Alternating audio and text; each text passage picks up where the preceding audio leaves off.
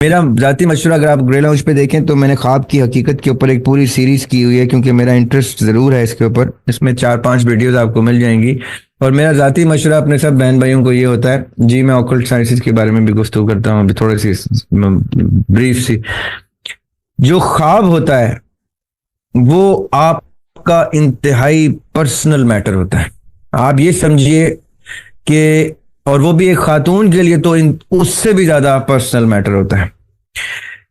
یہ پرسنل کیوں ہوتا ہے؟ کیونکہ میں نے اپنی زندگی کے تجربے تجزیے مطالعے سے ایک چیز سیکھی ہے کہ جب انسان سو جاتا ہے، چاہے وہ 1 گھنٹے کے لیے سوئے یا کچھ لوگ 5-5 7-7 گھنٹوں کے لیے بھی سو جاتے ہیں، جیسے انسان سوتا ہے تو قرآن پاک میں اللہ تعالیٰ کہتے ہیں کہ میں اس کی روح قبض کر لیتا ہوں، اور وہ ایک ایسی سٹیٹ آف ایگزسٹنس میں ہوتا ہے کہ جس کو موت صغرا کہتے ہیں. قرآن پاک میں دعا تک مینشنڈ ہے کہ جب ہم جاگیں تو یہ دعا کریں کہ اللہ اللہ تیرا شکر ہے کہ تو نے ہمیں موت صغرا سے واپس زندگی عطا کی. تو جیسے ہم اس فیز میں داخل ہوتے ہیں تو ہماری باڈی ایک کنٹینر بن جاتی ہے. اس لیے کہتے ہیں کہ سونے سے پہلے فلاں فلاں اللہ تعالیٰ کے کلام کو پڑھ لینا چاہیے، کیونکہ وہ ایک حصار قائم کر دیتا ہے. جو نیگیٹو ایول کسی قسم کی بری چیزیں آپ کے اس کنٹینر کو خالی دیکھ کے اس کے اندر کسی قسم کا انٹرنس نہیں کر سکتے.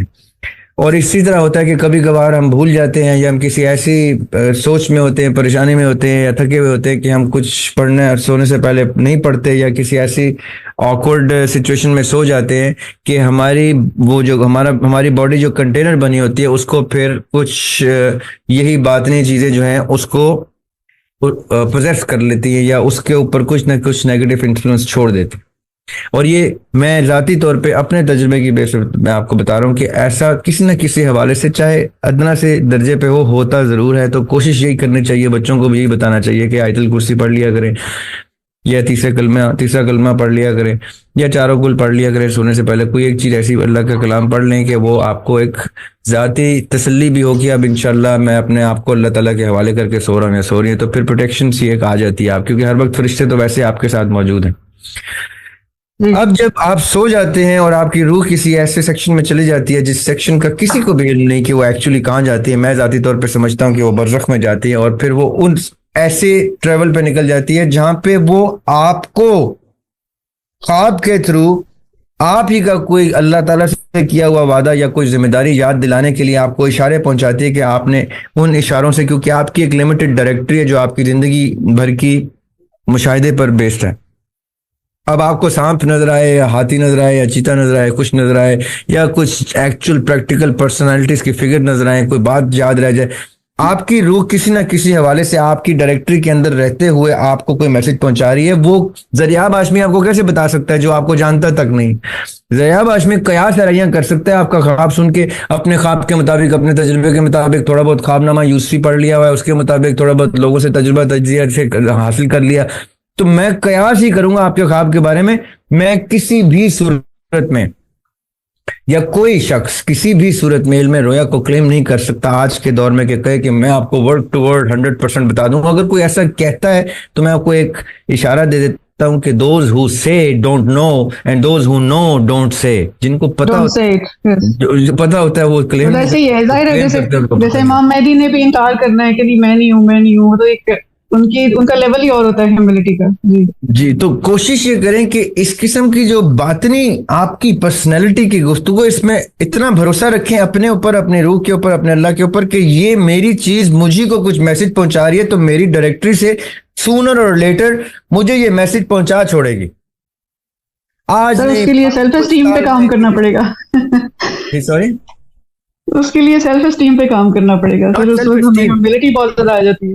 Not self esteem. اس کے لیے صرف آپ کو ایک کام کرنا پڑے گا کہ اپنے سلیپ سائیکلز ایسی رکھیں کہ آپ نیند اتنی اچھی طریقے سے پوری کریں، چاہے 3 گھنٹے کی کریں 4 گھنٹے کی، وہ ڈسٹربڈ سلیپ نہ ہو تاکہ آپ کو خواب یاد رہیں. ہم کیا کرتے ہیں، بے تکا سوتے ہیں تو کبھی کبھی ہم اٹھتے ہیں، خواب دیکھا ہوتا ہے ہم نے، لیکن ہم ایسے چونک کے اٹھتے ہیں کیونکہ لیٹ ہو گئے ہیں، یہ ہو گئے ہیں، تو ہم خواب کی طرف ہمارا رجحان ہی نہیں جاتا، اور وہ بڑی لمیٹڈ ٹائم کی میموری ہوتی ہے، تو وہ خواب آہستہ آہستہ بھول جاتا ہے. اگر ہم اپنی نیند کو رسپیکٹ دیں کہ یہ ایک سونا جاگنا نہیں ہے خالی. There is a mode of communication that my soul is trying to do with me to send some message across to myself. تو میں اس نیند کو اتنے رسپیکٹ دے کے اپنے خوابوں کی کوئی سیکوینس اسٹیبلش کروں تو میں ہی ہوں جو اپنے آپ کو کوئی میسج دے رہا ہوں. تو میرے سے بہتر اس کو انٹرپریٹ کون کر سکتا ہے؟ جو بھی کہے گا وہ جھوٹ ہی بولے گا. وہ یعنی وہ بہت خیالی ہے کسی کی کہ وہ کہہ سکے کہ دریاب ہاشمی کا خواب دریاب ہاشمی سے بہتر کسی کو کوئی بتا سکتا ہے. ایسا نہیں. وہ آج کے دور میں نہیں. کبھی ہوتا تھا آقا علیہ الصلوۃ والسلام باقاعدہ فجر کی نماز کے بعد لوگوں کے ساتھ بیٹھ جاتے تھے مسجد نبی میں اور کہتے تھے اپنے خواب سناؤ. جب آپ ایسی ہستیوں کی بات کرتے ہیں تب سمجھ میں آتی ہے. تو یوسف علیہ السلام کی گفتگو کرتے ہیں سمجھ میں آتی ہے. ایون صحابہ کی گفتگو کرتے ہیں اہل بیت کی گفتگو کرتے ہیں سمجھ میں آتی ہے. اس کے علاوہ میں ذاتی طور پہ بڑے بڑے فن خوان علماء کو بھی ٹیسٹ کر چکا ہوں اپنے جوانی کے دور میں کیونکہ یہ چیزیں مجھے اپیل کرتی تھی.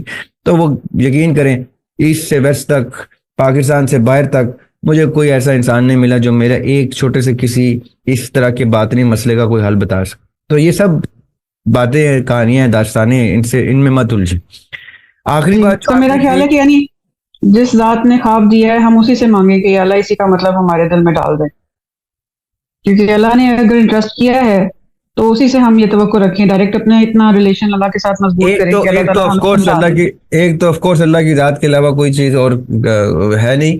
لیکن دوسری چیز اپنے اوپر ٹرسٹ کرے کہ میں اپنے آپ کو میسج دوں گی تو کس طرح سے میسج دوں گی کیا چیزیں سمجھاؤں گی اپنے آپ کو تو مجھے سمجھ میں آ جائے گی. تو انتظار کریں تھوڑا سا اس کو وقت دیں. آپ اپنا آپ کو بہتر جانتی ہیں آپ سمجھا دیں گی.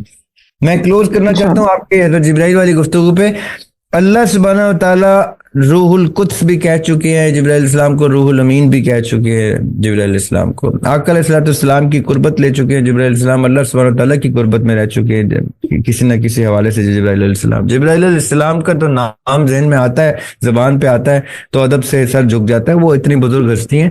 اللہ تعالیٰ کب کس فرشتے کے ساتھ کیا تعلق اسٹیبلش کر کے ان کو کیا سکھا رہے ہیں سمجھا رہے ہیں کہاں کی اجازت دے رہے ہیں کہاں نہیں جانے دے رہے کس مقصد سے کر رہے ہیں کیا ان کو کس اینگل سے کیا چیزیں ہم تک پہنچا رہے ہیں تاکہ ہم یہ ڈسکس کریں ایسے.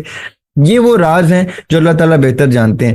ہم اگین جتنے بھی باطنی چیزیں ان پہ صرف قیاس کر سکتے ہیں اور لیکن گمان اچھا رکھنا چاہیے کہ یہ صرف اللہ تعالیٰ کا اذن ہے کہ کب کون سا فرشتہ کہاں پایا جائے کب کس کو کس مقام پہ اللہ تعالیٰ لے جائیں کب کس فرشتے سے کیا کام لے لیں. ایسی میں نے حدیث فرشتوں کے بارے میں پڑھی ہیں کہ میں آپ سنانا شروع کروں تو صبح ہو جائے. ایسی خوبصورت حدیث ہیں فرشتوں کے بارے میں. آپ کہیں گے یہ اتنا فیسنیٹنگ ورلڈ جو ہے ہمارے دین کا یہ ہم سے کیوں چھپایا جاتا ہے. تو وہ پہلے والا پارٹ آف دا گفتگو ہے کہ وہ اس لیے چھپایا جاتا ہے تاکہ ہم باطنی علوم کو کم سے کم ٹچ کر کے ظاہری علوم میں اپنا وقت صرف کر کے ایک پریکٹیکل لائف کی طرف فوکس کریں. ورنہ مسٹیسزم کے چیپٹر میں ہم یہ ڈسکس کریں گے آکلٹ سائنسز بھی کریں گے یہ نیومرولوجی ایسٹرولوجی ان کی یہ کب ممنوع ہوئے تھے کیوں ممنوع ہوئے تھے کب شروع ہوئے تھے اس میں کیا سائنس ہے کیا اس کے راز ہیں. یہ ساری چیز گفتگو ہم کریں گے انشاءاللہ. میکرو لیول پہ اس کو ٹچ کریں گے اور کچھ سبجیکٹس کو ہم آگے ایکسپینڈ بھی کریں گے. اس میں یہ خواب بھی ڈسکس ہوں گے انشاءاللہ. اس سفر میں آپ بڑا کچھ انشاءاللہ انجوائے کریں گے کہ بہت سے علوم اور بہت سے لوگوں کو ہم اس میں بیچ میں شامل کریں گے جو اپنے زندگی کے سفر ہم سے ڈسکس کر کے ہمیں ٹیسٹیمونیز بھی دیں گے اور آپ بڑے خوبصورت رپورٹس اور تھیسس تشکیل دیں گے انشاءاللہ. تو I hope you don't find it irrelevant because سب سے بیسک کوشچن ہی یہی ہے ہر چیز کا کہ اللہ تعالیٰ نے کہا ہے کہ پوری دنیا کی جتنا گولڈ بھی اگر ہو وہ ایک ڈس بلیور سے ایکسیپٹ نہیں ہوگا. تو بلیف اور ڈس بلیف میں جو سب سے بڑی چیز اللہ تعالیٰ نے رکھی ہے وہ ہے شرک. اور بس ڈر اس بات کا لگتا ہے نا کہ کہیں ہم روح کو اللہ کے ساتھ کنیکٹ کر کے کہیں شرک میں نہ چلے جائیں. تو اس لیے میں نے یہ کوشچن پیش کیا تھا بیکاز ہر چیز irrelevant ہو جائے گی اگر ہمارا شرک کی وہی نہیں اگر یعنی کلیریفائی ہو رہا. تو that's the only reason I placed this question. So I hope you don't find it irrelevant. No, ٹھیک ہے. ساری ایفرٹ ضائع ہو جائے گی. جی قرآن پاک میں اللہ تعالیٰ نے روح کو امر ربی کہہ دیا. ہم اس سے زیادہ کی نہ اور اس سے کم کی ہم جرات جسارت نہیں کرتے. ہم اس کو امر ربی کہتے ہیں. اب امر ربی کے اندر رہتے ہوئے ہم اسٹڈی کریں گے ایکسپلور کریں گے تحقیق کریں گے امر ربی ہوتا کیا ہے. That's it. اور جتنا ہمیں پتہ چلے گا ہم اتنا پہ قناعت کریں.